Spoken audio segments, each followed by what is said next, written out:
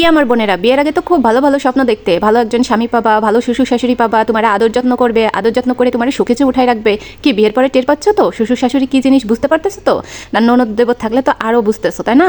আর বাড়ির যদি বড় বউ হয়ে থাকো তাহলে তো তুমি কাজের বেটি ছাড়া আর কিছুই না। আর ওই যে বেটারে বিয়ে করছো না, ওই বেটা যদি বাড়ির বড় ছেলে হয়ে থাকে তাহলে ওটা গাধা ছাড়া আর কিছুই না। সারাদিন পরিশ্রম করে যাবে গাধার মতো, দিন শেষে লাথি ঝাঁটা ছাড়া আর কিছুই জোটে না। হ্যাঁ, বড় বড় মাছ, বড় বড় মাংসর পিস, বড় বড় ডিমটা সব কিন্তু পাবে তোমার ননদ দেবর, আর যদি যা থাকে তারা পাবে।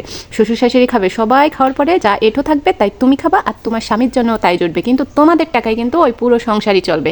আর তুমি তো কামের বেটি আসোই, সব কিছু রেডি করে দিবা, রান্না খাওয়া দাওয়া সব তো তোমার হাতেই, বুঝো নাই? আর বাড়ির যে ছোট বউ, সেই ছোট বউর জন্য সমস্ত আদর যত্ন ভালোবাসা, সারা জীবনের যত সঞ্চয় আছে সব তার জন্য, তোমার জন্য শুধু তুমি ওই কামের বেটি, তো পারিশ্রমিক ছাড়া কামের বেটি তুমি। মানসিক অত্যাচার করতে করতে তোমার এমন অবস্থা করে দেবে, বিয়ের সময় আসম মোটা তাজা হয়ে বাপের বাড়ি থেকে এসছিলে না, এরপরে হবা মানসিক যন্ত্রণা পাইতে পাইতে যখন পাটকাঠির মতো হবা তখন বলবে রোগা তা বিয়ে করছে, কথার তো কোনো শেষ নাই, বুঝছো?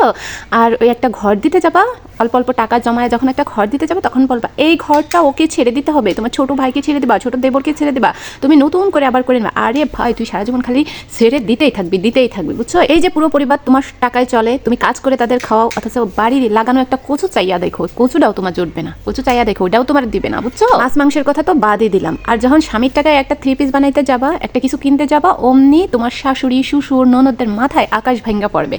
এত এত দেয় তোমার, অত দেয়, তোমার বাপের বাড়ি দিয়ে এই করে আসতেছে সেই করে আসতেছে। হ্যাঁ, তোমার বাপের বাড়ি সহ তোমার বড়লোক বানাই দিচ্ছে, তারা কিছুই খায় না, তাদের দেয় না। আর বিয়ে করার পরে ওই ছেলে তো মানে মা বাপরে কোনোদিন দেখেই নাই, খাবে আর বলবে যে বিয়ের পরে চেঞ্জ হয়ে গেছে, বিয়ের পরে এই দেয় না সেই দেয়।